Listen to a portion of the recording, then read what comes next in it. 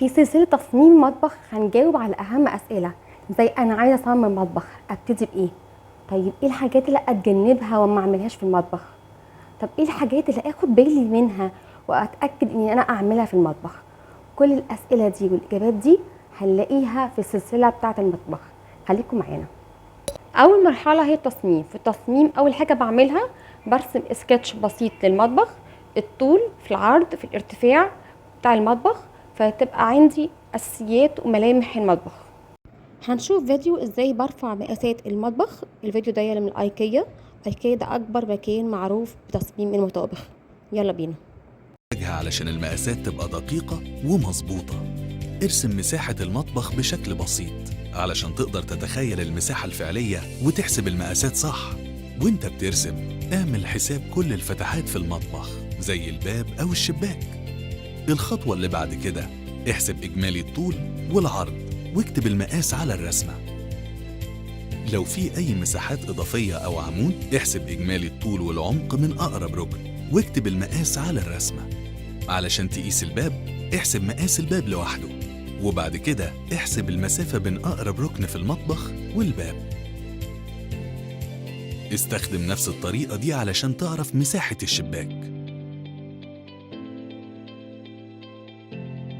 علشان تقيس الارتفاعات ابدأ برسمة بسيطة توضح كل المخارج في المطبخ. أول خطوة احسب إجمالي طول الحيطة وتأكد من فرق المقاسات على حسب اختلاف نوع السقف. حدد مقاس الشباك أو الباب عن طريق قياس المسافة بين الأرض والإطار الخارجي. اتأكد من تحديد كل مخارج وفتحات الكهرباء في المطبخ قبل المكالمة مع المختص. اعمل حساب مواسير الغاز والمية ومخارج الصرف قبل تحديد المقاسات، وبعد كده حدد المسافة بين كل مخرج وأقرب ركن ليه. لو واجهتك أي صعوبة في تحديد المقاسات صور المساحة واستعين بالمختص علشان يساعدك. تاني حاجة بحدد مكان التلاجة والحوض والبوتاجاز. ده مثلث الحركة. ايه هو مثلث الحركة؟ ده مثلث 3 رؤوسه هي التلاجة والحوض والبوتاجاز. طب انا بحدد وضعيتهم بناء على ايه؟ في الاغلب بناء على وضعية المنور، ان انا بخليهم الى حد ما قريبين من المنور، سواء الحوض عشان يكون الصرف او البوتاجاز عشان الابخرة والدخان اللي بين التحمير او القلي والحاجات دي كلها. اول حاجه محتاجه نعرفها ايه هو نوع مطبخي.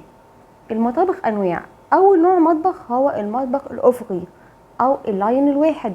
ده بيكون فيه التلاجة والبوتاجاز والحوض على لاين واحد، وده بنصممه او بنعمله دايما في الاماكن الضيقه والاماكن الصغيره، بس بنحاول نراعي مسافات كافيه بين التلاجة والبوتاجاز والحوض.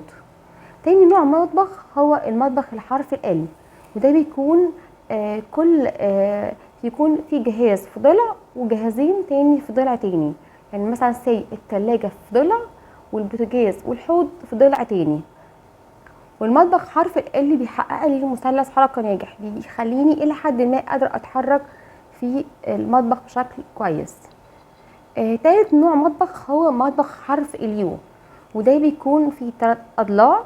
بحاول اوزع التلاجة في ضلع والحوض في ضلع والبوتاجاز في ضلع منفصل، وده اكتر شكل من المطابخ بيحقق لي مثلث حركة ناجح.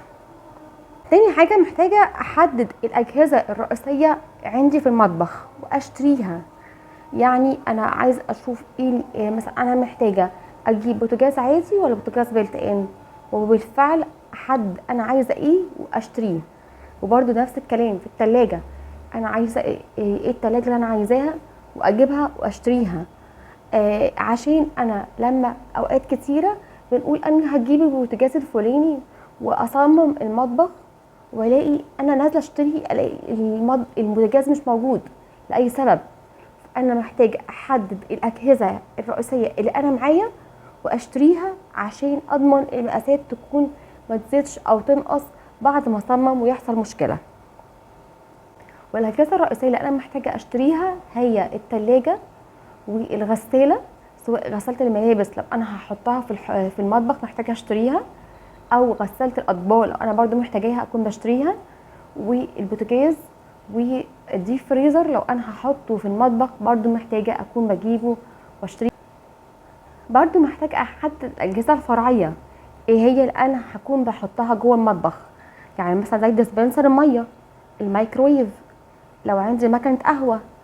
اي اجهزه محتاجه برضو انا عايزاها تكون موجوده في المطبخ، محتاجه اعرف ايه هي وعشان اوزعها واوزع اماكنها واعمل حسابها في التاسيس في المطبخ. تاني مرحله هي مرحله التاسيس. في التاسيس اول حاجه في السباكه انا بكون بحدد مكان الحوض والفلتر، غسالة الاطباق او غسالة الملابس لو هكون بحطها جوه المطبخ. ويفضل ان غسالة الملابس لو كان ليها مكان مناسب في الحمام اكون بحطها في الحمام، لكن لو ما كانش ليها مكان في الحمام فاحنا بنضطر نحطها في المطبخ. فانا بكون بعرفه انا بحدد لها المكان بتاعها هحطها فين، عشان على اساسها انا بحدد السباكه. تاني حاجه غسالة الاطباق، لو انا مقرره اشتريها بالفعل اشتريها واكون جبتها، لكن لو انا مش مقرره اجيبها دلوقتي، ممكن قدام شويه. حتى لو انت مش حاطه في بالك ان انت تجيبي غسالة اطباق، اعملي لها مكان، حطي لها تاسيس في السباكه، اعملي حسابها موجوده قدام.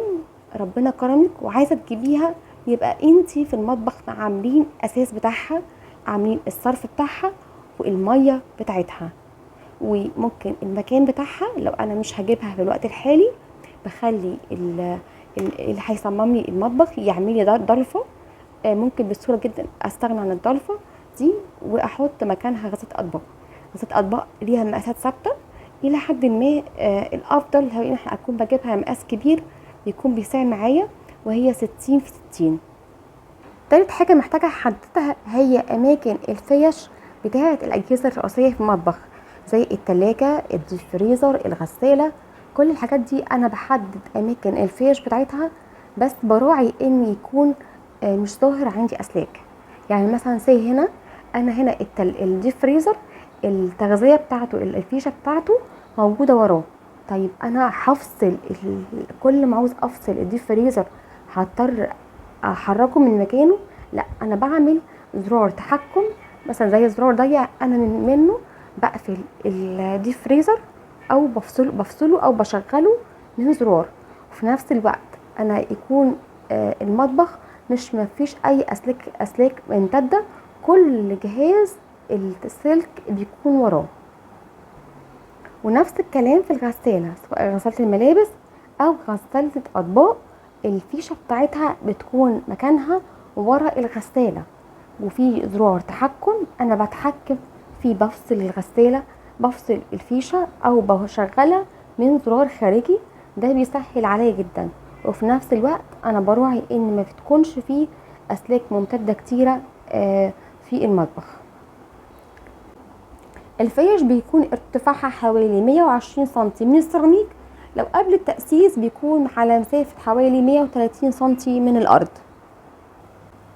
رابع حاجة في مرحلة التأسيس هي بحدد قطع تخزين السفلية. براعي ان اكتر حاجة بكون بعملها هي الأدراج، ان الأدراج معروفة اكتر اماكن ينفع انظم فيها اكتر من الضلفة. يعني الأدراج قدرتها على التنظيم اكتر بمراحل من الظرف، فانا بحاول على قد ما اقدر ان انا اخلي الاماكن اللي من تحت الى حد ما اكتر الادراج على قد ما اقدر. ده بيساعد جدا في تنظيم المطبخ. تاني حاجه وجود الميكانيزم في الاركان المطبخ بيساعدني جدا على التنظيم. احط سليزي سوزن او اي فكره لاركان المطبخ، ده بيساعد جدا في التنظيم. بعدين بحدد اماكن التخزين العلويه.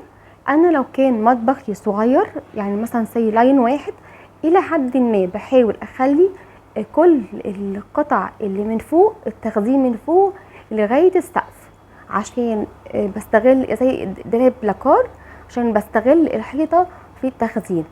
فاي مطابخ صغيره يا ريت نخلي القطع اللي من فوق التخزين لغايه السقف الاكبر، يديني اكبر مساحه في التخزين.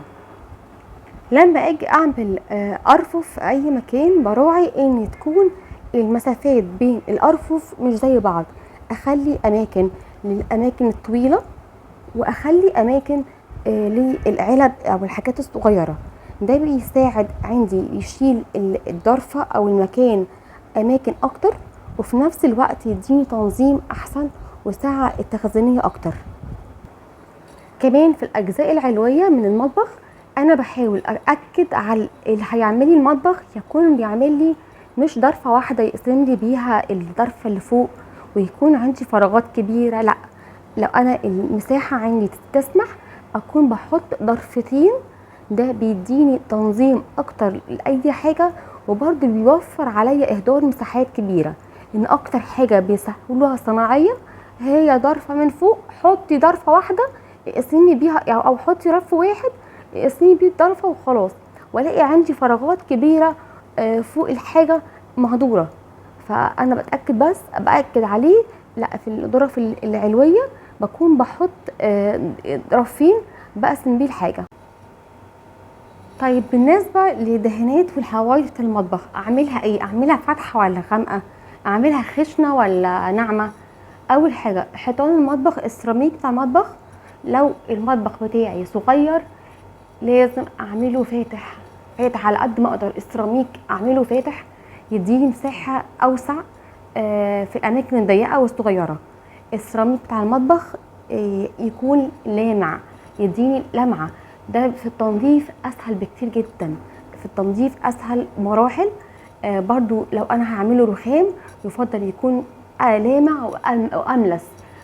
ابعد خالص عن اي سيراميك مطبخ يكون فيه حفر او ثنايات او اي حاجه زي كده. ده مع الوقت بيبقى صعب جدا في التنظيف وهيغلبني قوي في التنظيف. فسيراميك المطبخ فاتح، يفضل يكون فاتح املس لامع. ده بيدي جمال وشياكه في المطبخ جدا. يعني ما نتغرش لما نروح معرض ونلاقي سيراميك مط نقول ايه، الله ده شيك جدا وشكله حلو، لكن حقيقي في المعرض بيكون محطوط سبوتات واضاءه جامده. لان حقيقي لما بنحط دولاب المطبخ بيبقى الاجزاء اللي باينه منه سواء من فوق او من اللي في النص اجزاء صغيره جدا بتبقى مش باينه قوي. فده اللي يفضل في تصميم المطبخ. من الحاجات اللي براعيها في توزيع الكهرباء، مثلا انا هنا حددت في الاول مطبخ هعمل الكوفي كورنر، هعمل حته الشاي والقهوه او اي حاجه احطها، بكون بحط الفيشه مكان، يعني بحدد مكان الفيش اللي انا هحط فيها. مثلا زي جوه هحط الفرن او القلايه او الميكرويف وات انا حاطه ايه، بكون كل جهاز انا مخصصه فيشه. وفي نفس الوقت انا عامله فيش مثلا غير فيشه البوتاجاز دي وحديها، بكون بحط فيش زياده. اي اجهزه بطلعها، خلاط، اي حاجه بكون بستخدمها دي بخلي فيش زياده.